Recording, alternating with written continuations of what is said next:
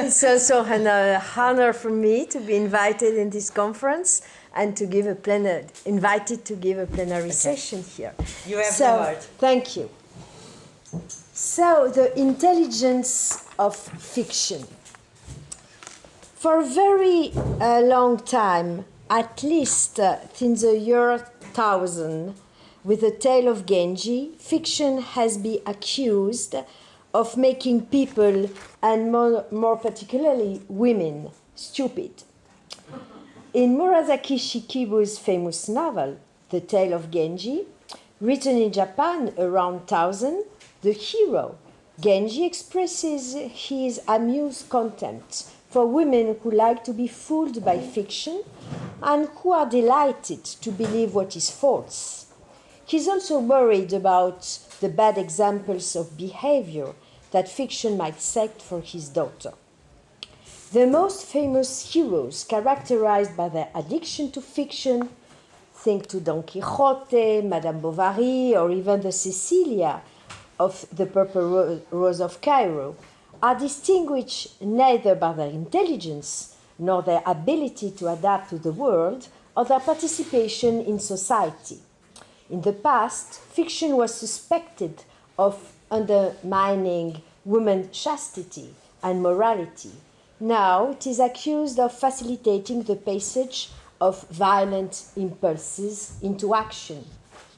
Without dwelling too much on this endless and repetitive indictment, I would also like to point out the current contempt for fiction that accompanies what is called the documentary turn.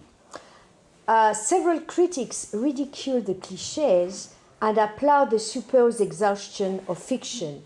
David Shields, in a book called Reality Hunger in 2010, has no hard work enough to denounce the platitudes of fiction and describes the contact with reality through factual text as an upsetting and delicious shock akin to that of drug use.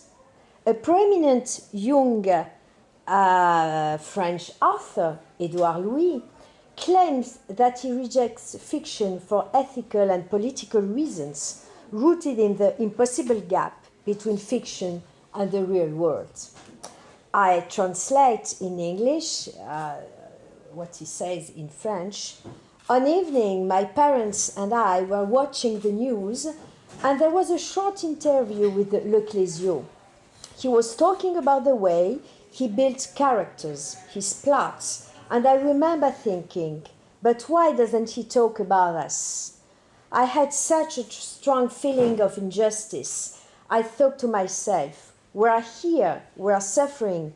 My father has his back paralyzed because of an accident at the factory, and people are having fun inventing characters rather than talking about us. I felt disgust. I was a rather naive, it was a rather naive way of putting it, obviously. I was a child, but that's what I thought that day, that it never left me. And this original scene is one of the events that made it impossible for me to write fiction.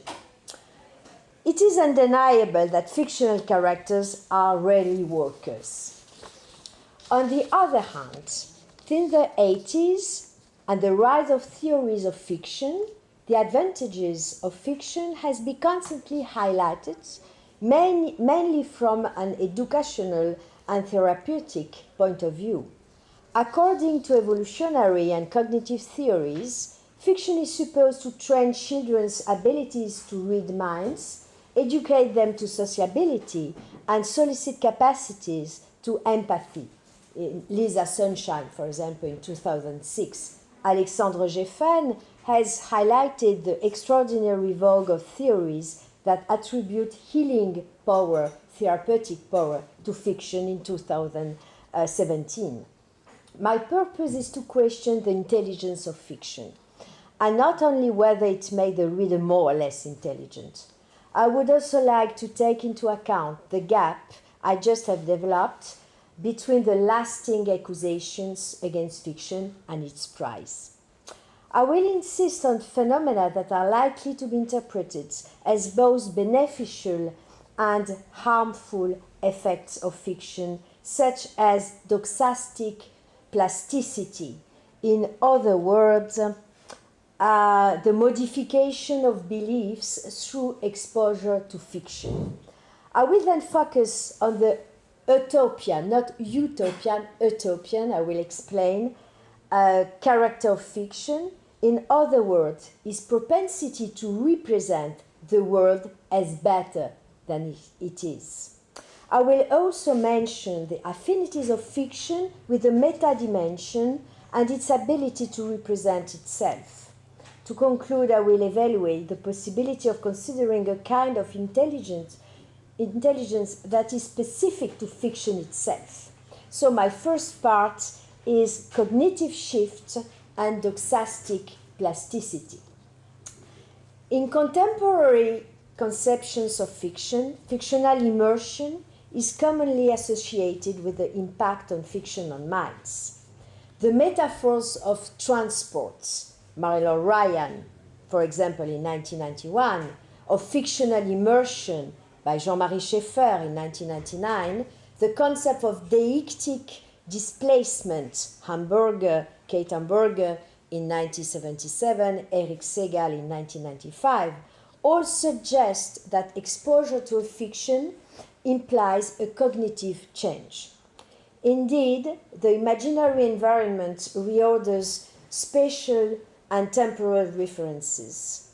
It modifies logical modalities. What is possible and allowed in fiction is not the same as what is possible and allowed in the actual world. It implies a provisional adoption of the point of view of a character or a narrator. The adoption by the reader of a character's spatio-temporal perspective is one of the most important signposts of fictionality, according to Kate Hamburger, as it is access to the mental states of a character, according to Doreen Cohn in 1991. This cognitive movement, metaphorically associated with the idea of displacement, is confirmed by neuroscience. The subject in position of fictional immersion is detached from his or her immediate sensory environment. And this is an important point in my argument. And this is probably what the transport metaphor expresses. Several experiments also underline the importance of perceptual simulations in the readers of viewers' minds. Perceptual simulations are inseparable from empathy, which is one of the sources of the emotion that fiction provides. It is therefore reasonable to assume that fictional immersion, transport, transforms, in a way or another, the reader or spectator. Psychologists such as Richard Gehring, 1994 and 2004 then, who wants to determine a scale for fictional immersion, combine the ideas of transport and transformations. He developed the metaphor of transportation, taking for granted that the journey into fictional worlds modifies the reader, who is likened to a traveler. So the scale is the following. Someone is transported by one means of transportation as the result of performing certain actions. The traveler goes some distance from his or her world of origin, which makes some aspect of the world of origin inaccessible. The traveler returns to the world of origin somewhat changed by the journey. And it's like that he described the immersion in a book, the reading process. And this is an official scale in psychology to measure immersion. Somewhat changed, he said, is deliberately vague. We don't know how or which direction this change occurs. An important argument for criticism and praise of fiction is rooted in this change. Such an assumption coincides, in any case, with public opinion, the attitude of public authorities, and the long history of control, appropriation, and manipulation of fiction for political, moral, and religious purposes. Rousseau, who in La Lettre à d'Alembert in 1757 considered that spectators' tears at the theater are ephemeral and do not lead to any real and profound moral impression, but Rousseau is an isolated case. Today, as in the past, fiction is at once accused of emptiness and frivolity and credited with changing the world. Thus, the Catholic Church was highly concerned with the influence on believers of the Da Vinci Code in 2003 and founded, this is true, the Catholic Church founded symposia and publications to counter the idea, commonly accepted thanks to Dan Brown, that Jesus and Mary Magdalene's was Mary Magdalene's husband or lover. The TV series 24, broadcast between 2001 and 2014, depicted a black American president, is credited with having favored the election of Barack Obama. Barack Obama himself, in interviewing the director of the series The Wire in 2015, accredited the idea that the fiction could teach more about poverty and crime in the United States than a specialized study or report. This view confirms the popular belief that fiction controls minds. But obviously, the power given to fiction easily turns against it. The entire Brechtian and anti-mimetic aesthetic is inspired by anxiety over the hold and impact of fiction on minds. Indeed, the influence of fiction seems frankly pernicious if you think of several young criminals who report being inspired by fiction. Serial killer Joel Ripping claimed to be inspired by Hitchcock Frenzy, Anders Behring Breivik by Lars von Trier's Dogville, Florence Ray and Audrey Maupin by Oliver Stone Natural Born Killers. However, each time researchers have tried to measure the impact of fiction, they arrive to see the less nuanced results. An experiment conducted with two groups of video game players, some exposed to violent games, others to civilization games, showed that the former were led during the game to eat more sweets than the latter, which showed a higher emotional stress. But this difference totally disappeared a few minutes after the game. But if we take the time of a longer survey, such as that conducted by Sabine Chalvon de Mercé, a sociologist, and she demonstrated that in 2017, focusing on the audience of a television series over about 15 years, Emergency Room, broadcast 1994-2009, it showed that over time, this fiction constituted for the spectators their main experience framework, to which they referred from time to time in order to make decisions in their real lives. Should this be seen as alienation or rather as enrichment and diversification of the viewer's frameworks of experience? Fiction, perhaps especially those to which we are exposed at length. The power of television in this respect is particular. Penetrate our lives, shape our experiences for better and perhaps sometimes for worse. But can they two polarities inherited from the debate between Aristotelianism and Platonism, between fiction as learning and fiction as suggestion, a dichotomy revived by Jean-Marie Schaeffer in 1999, not be overcome and redirected? My claim is that fiction do not only modify beliefs, but allow us to play with beliefs, to play with them, increasing the plasticity of our perspectives and favoring doxastic mobility.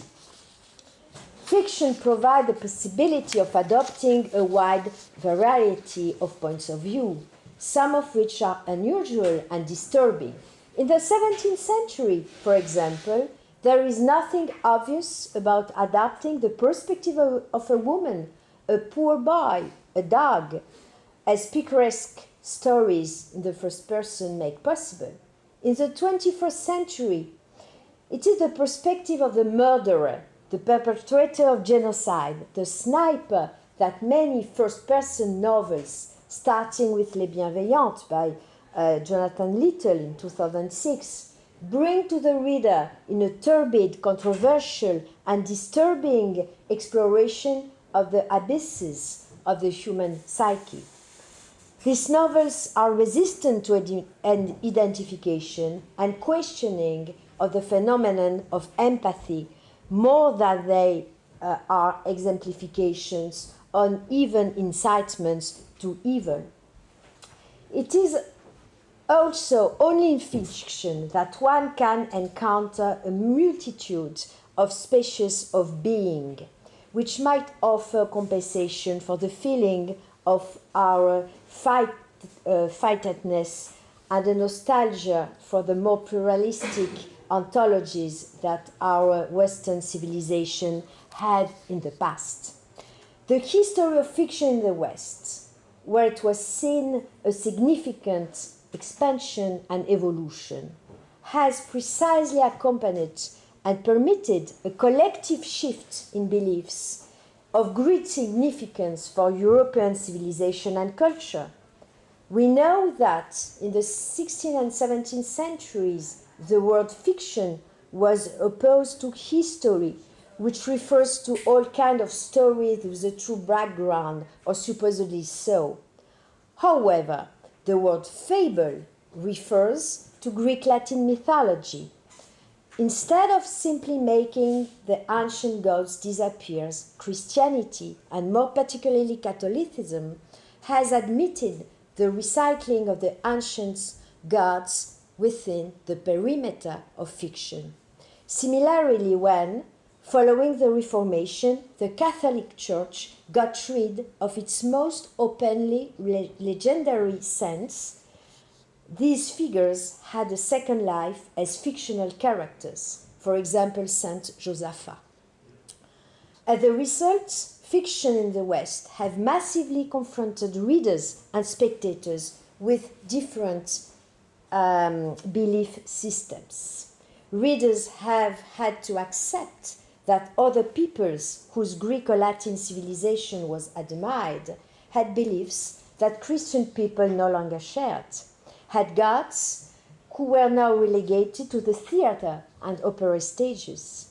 How did this game between worlds also contaminate the foundation of Catholic beliefs? This is another question which arose later in the 18th century. If intelligence is adaptation and creativity, the intelligence of fiction relies on the combination of these elements. Fiction provides the possibility of sharing different and sometimes unusual, disturbing points of view, of being confronted with different worlds of belief, and of developing a generous ontology that welcomes all kinds of being, paradoxes, and impossibilities. So I come to my second part, ameliorative representation and the ability to shape the world. Fiction are very often criticized for giving people a flattering image of the world, as the young writers I spoke previously, which lead them to escapism and optimism poorly suited to the real world.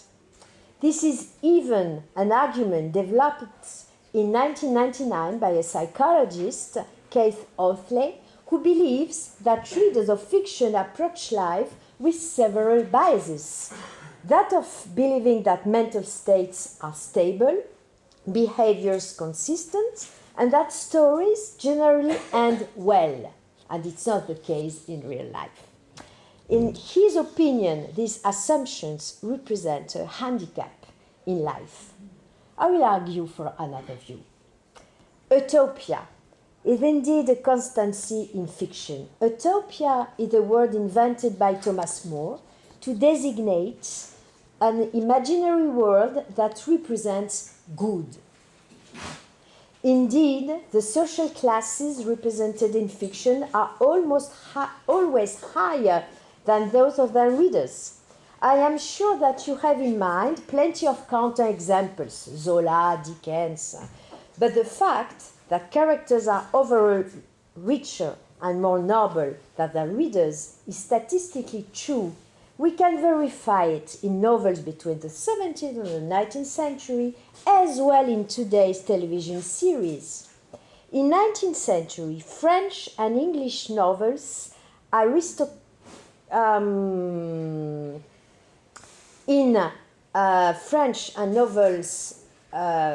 French and English novels, aristocrats represent between 30% in Balzac and 80% in Walter Scott.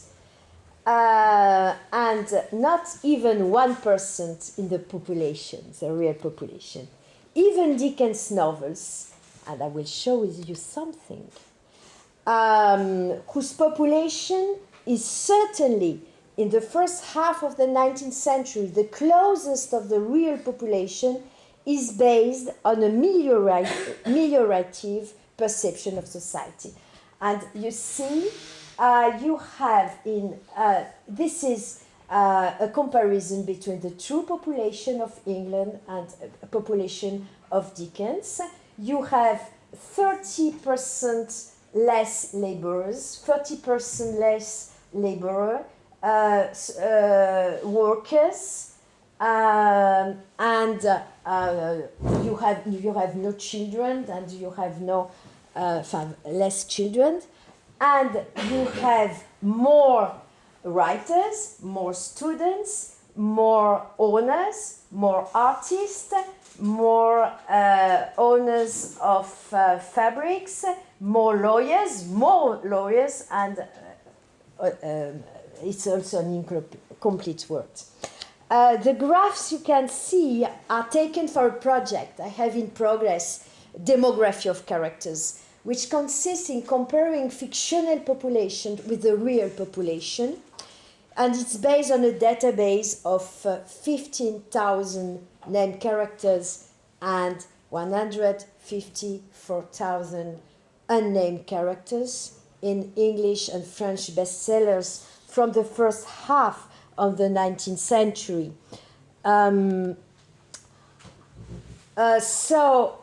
Dickens, 2,000, more or less, 2,111 characters are socially much lower class than the 2,400 characters in Balzac's Comédie Humaine, but still much higher than the English population of the same period.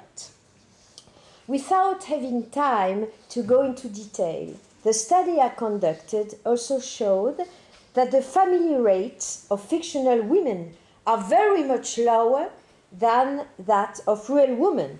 In Jane Austen novels, for example, the marriage rate is 8 times higher than in reality, but the birth rate is 4.5 lower than in reality. They marry, but they don't have children.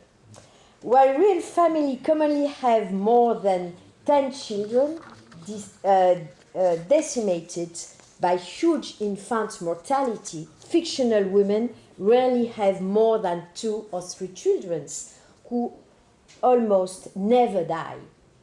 Infant mortality is almost unknown in fictional works. The reason is, of course, that a novel cannot develop the destinies of too large a family in an interesting way. nor is the death of children an interesting adventure. But might we also not wonder whether novels have thus prepared the way of demographic transition and social improvement? Whether they proposed a family model where the individual come first. And I'm sharing this hypothesis with scientists, with demographers, and we are studying that, if really fiction had an influence on the representation of what a family has to be. I will give a second example of the intelligence of fiction residing in a utopic perspective. For centuries, from the 16th and the 21st centuries, the cultural artifacts, written accounts, later films, that represented disasters were quite different, depending on whether they were historical or fictional. While factual accounts always showed the extreme social disintegration that occurs during a major collective disaster, fictions, on the contrary, show the strengthening of human bonds, dedication, often sacrifice and altruism. La Peste, by Camus, is a good example, by also a popular disaster film, as those of Roland Emmerich, for example. Certainly, as Aristotle already observed, fiction describes not what is, but what should be. As the philosopher Frederick Worms also pointed out in 2008, in our age haunted by global ecological catastrophe and faced with the risk of the unleashing of selfishness and cruelty, could not fiction be a reminder of the importance of solidarity and love?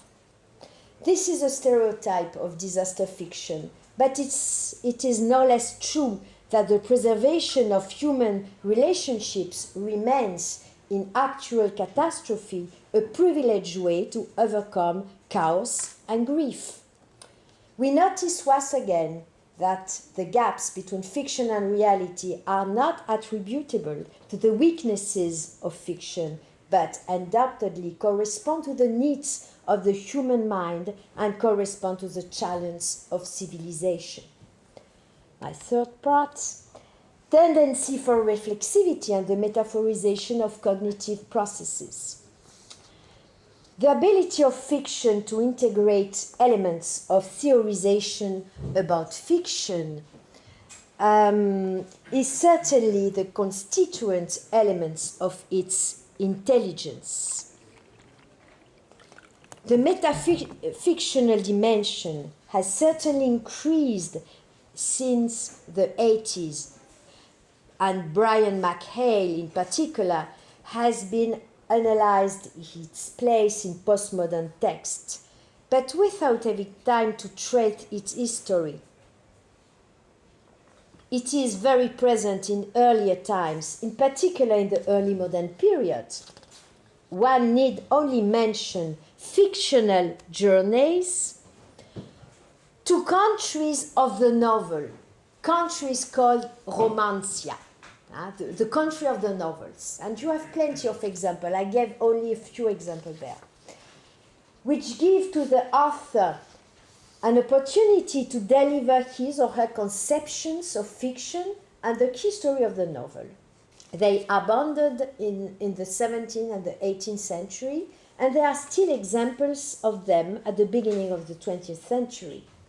As for the fictional encounters between author and character, or character and reader or spectator, such as The Purple Rose of Cairo, they are numerous from the 19th century to the present day.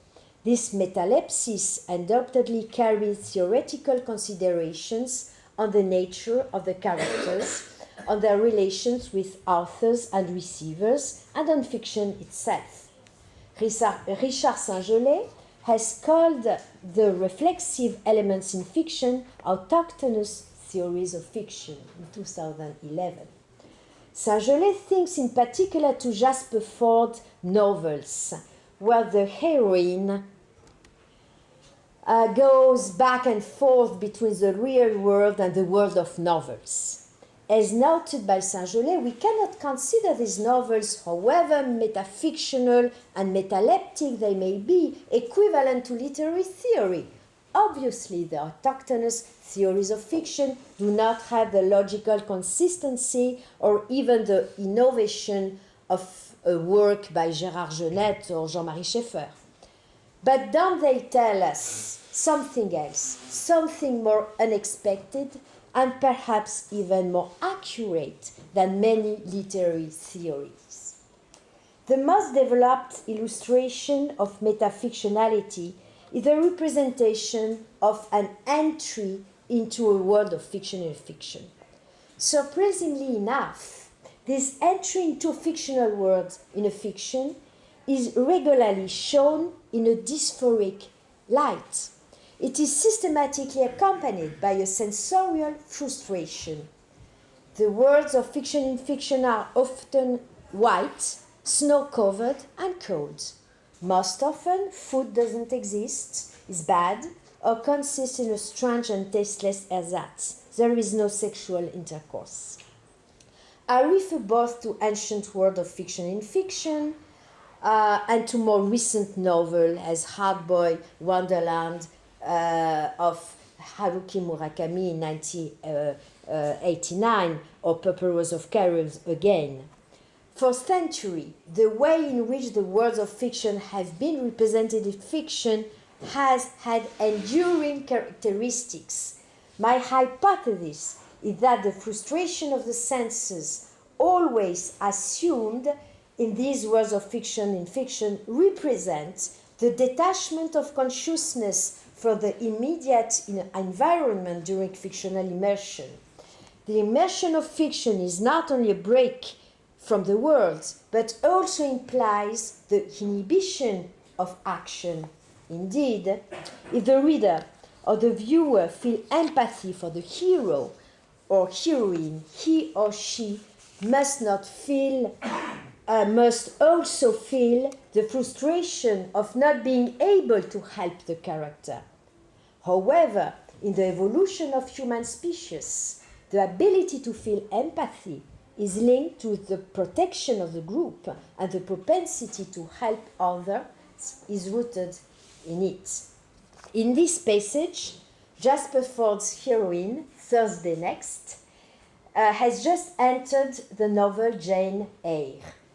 She's in a museum where a Japanese woman reads Charles Bronte novel. I closed my eye, and the atmosphere suddenly seemed to cool it down. The Japanese voice now sounded as if we had been outdoors, and when I opened my eyes, the museum has disappeared. It was a beautiful winter evening, and the sun was totally motionless. The colors seemed faded. Except that birds rustling that were there in the hedge, nothing was moving in this landscape of desolated beauty. This is a significant illustration, in my view, of fictional immersion, which plunges the heroine into a cold and motionless world where all sensations seem to be attenuated, as in Gregory Curry's description of the emotions given by fiction as pale or offline, he says.